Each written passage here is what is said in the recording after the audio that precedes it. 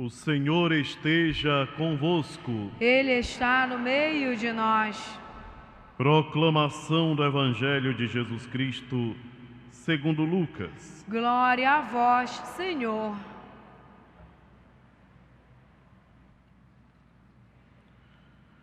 Quando Jesus se aproximava de Jericó, um cego estava sentado à beira do caminho, pedindo esmolas. Ouvindo a multidão passar, ele perguntou o que estava acontecendo. Disseram-lhe que Jesus, Nazareno, estava passando por ali. Então o cego gritou: Jesus, filho de Davi, tem piedade de mim. As pessoas que iam na frente mandavam que ele ficasse calado. Mas ele gritava mais ainda: Filho de Davi, tem piedade de mim. Jesus parou e mandou que levassem o cego até ele. Quando o cego chegou perto, Jesus perguntou: O que queres que eu faça por ti? O cego respondeu: Senhor, eu quero enxergar de novo. Jesus disse: Enxerga, pois, de novo. A tua fé te salvou. No mesmo instante, o cego começou a ver de novo e seguia Jesus, glorificando a Deus. Vendo isso, todo o povo deu louvores a Deus. Palavra da salvação. Glória a vós, Senhor. Sentar um momentinho. Queridos irmãos presentes aqui no santuário de Nossa Senhora de Nazaré e aqueles que nos acompanham pelos meios de comunicação, todas as vezes que nós ouvimos esse evangelho que nos fala da cura do cego de Jericó, ficamos certamente impressionados porque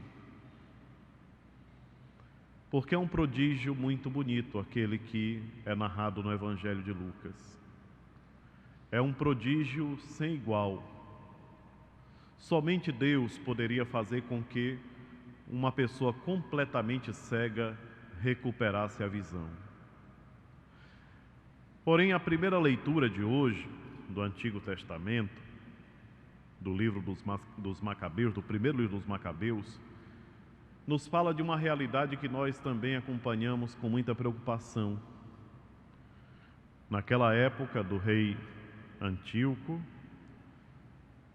ele promove um estado de confusão tão grande dentro do povo de Deus, que faz com que se estabeleça uma cegueira espiritual sem precedentes. Cegueira espiritual. Os olhos veem, mas a alma foi dominada por uma decadência tamanha que não se consegue mais discernir entre o que é bom e o que é mal. E que prejuízo trouxe essa cegueira espiritual para aquele povo? Abandonaram as diretrizes que o Senhor tinha dado. Abandonaram a religião que o Senhor tinha entregue para que eles pudessem cultivar e alcançar a salvação de suas almas. Abandonaram as tradições de seus pais. Interessante que isso que o primeiro livro dos Macabeus nos relata, parece tão próximo da nossa realidade, onde também muitas pessoas perderam completamente a noção do que é certo e do que é errado. O cego de Jericó nos dá um direcionamento muito importante, queridos irmãos e irmãs. quando ele grita pedindo a Jesus por um milagre, ele proclama quem de fato Jesus é. Quando ele diz, Jesus, filho de Davi, tem piedade de mim, ele está professando que aquele que passa perto dele é o Messias, o enviado de Deus. Porque foi assim que Deus prometeu para Davi: eis que da tua descendência eu levantarei um rei que reinará para sempre, em um trono que não conhecerá a ruína, a destruição. Então todos interpretaram imediatamente, quando foi feita essa profecia, que se tratava do Messias. E séculos depois, quando o cego queria enxergar de novo, ele proclamava com convicção de que aquele que passava perto dele era o Messias. Tanto que, quantas vezes em pregações que nós ouvimos por aí, os pregadores dizem que naquela multidão que acompanhava Jesus, o que mais enxergava era o cego, porque muitos que viam o rosto de Jesus não o reconheciam como Messias. Hoje nós vivemos uma situação semelhante. Graças a Deus, ainda temos muitas pessoas que caminham e que buscam no Evangelho um direcionamento, mas é muito maior o número daqueles que abandonaram tudo. O exemplo do cego de Jericó seja para cada um de nós um estímulo, queridos irmãos e irmãs, a buscarmos Jesus mesmo nas maiores adversidades. Por quê? Porque até mandar calar a boca, mandaram que o cego ficasse calado, mas ele continuou. Deve ter levado empurrão, alguém deve ter chegado perto dele, sacudido, para com isso. E ele continuava. Que nós tenhamos essa mesma resistência quando as pessoas nos atacam e tentam nos desestimular na nossa caminhada de fé. Nós sabemos que quando uma pessoa decide caminhar na fé, o que não faltam são pessoas que chegam para criticar e tentar derrubar. Principalmente se houve uma conversão, se houve uma mudança de vida. Como acontece? Acontece muito. Alguém faz uma citação da Bíblia ou fala no nome de Deus e logo aparece alguém que diz: mas quem és tu para estar falando desse jeito? Quem que tu acha que és para poder estar dando esse direcionamento? Tu que te comportavas assim, que era desse jeito, e agora quem és tu? É incrível como às vezes, ao invés de nos alegrarmos pelo progresso das pessoas, nós nos colocamos como obstáculos para elas. O Papa Francisco, nesses últimos tempos, tem nos falado muito sobre a importância de saber acolher, de modo particular, quem retorna. Nós não podemos ter a atitude do filho mais velho da parábola do filho pródigo, que se entristece e ainda mais se aborrece porque o irmão voltou para a casa do pai. Longe de nós tratarmos as pessoas que retornam com desprezo e com maldade. É por isso que nós estamos nos preparando para viver o Ano da Misericórdia. Ano da Misericórdia que na nossa Arquidiocese de Belém coincidirá também com o Congresso Eucarístico. E nós realizaremos momentos maravilhosos de louvor à Sagrada Eucaristia, que nós também chamamos de comunhão. A presença real de Jesus na sua igreja é para nós motivo de grande alegria e devemos ter a mesma atitude do cego que corria atrás gritando: Senhor, tem piedade de mim. Filho de Davi, tem piedade de mim. E o Senhor se comoverá das nossas necessidades, assim como se comoveu com a atitude daquele cego. e mandou que trouxessem perto dele, para que ele pudesse mostrar a todos que de fato ele tem o poder para nos curar, para nos libertar. Queridos irmãos e irmãs, sejamos cada vez mais atentos ao que a palavra de Deus nos mostra. A riqueza da palavra de Deus nos faz com que nossas atitudes sejam transformadas. Quantas vezes, quando a gente está no confessionário atendendo confissão, chegam pessoas totalmente desnorteadas com os problemas da vida e dizem assim: por onde eu vou? O que eu devo fazer? O direcionamento é só um: é voltar para Jesus.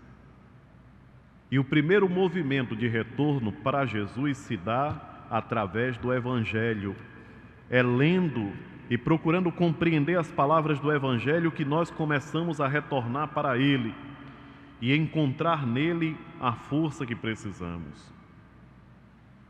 Quantas pessoas que hoje procuram refúgio em outras situações e vão atrás de meditação disso, meditação daquilo, quando, se nós aprendêssemos a meditar o Evangelho, nós teríamos a graça de progredir e progredir a passos largos na nossa caminhada espiritual. Jesus Cristo é a realização plena das promessas do Pai. Jesus Cristo é a manifestação total de Deus para a humanidade. E se nós nos colocarmos com interesse para compreendermos o que Ele nos diz, nós teremos toda a força interior para vencermos nossas dificuldades. Ultimamente, uma das coisas que mais tem vindo na minha mente, de modo particular, quando faço as pregações, é falar para o povo que nós não devemos ter medo de Jesus Cristo, porque, infelizmente, uma boa parte da humanidade tem medo de Jesus. Nós não devemos ter medo de Jesus Cristo. Pelo contrário, nós devemos ter coragem de aproximar-nos dele para encontrarmos nele a força que nós estamos buscando. Quantas vezes a gente olha para um lado e para outro e não consegue perceber ou não sabe por onde caminhar? Voltemos o nosso olhar para Jesus. Olha que coisa interessante, o cego não conseguia enxergar com os olhos, mas sentia no coração que somente aquele homem poderia transformar a sua vida. Nós temos a possibilidade de ver, e quantas coisas bonitas que nós vemos, quantas maravilhas nós assistimos. Eu fico pensando nos milagres que são sempre testemunhados em tantos lugares, quantas graças alcançadas, e mesmo assim nós fechamos o nosso coração.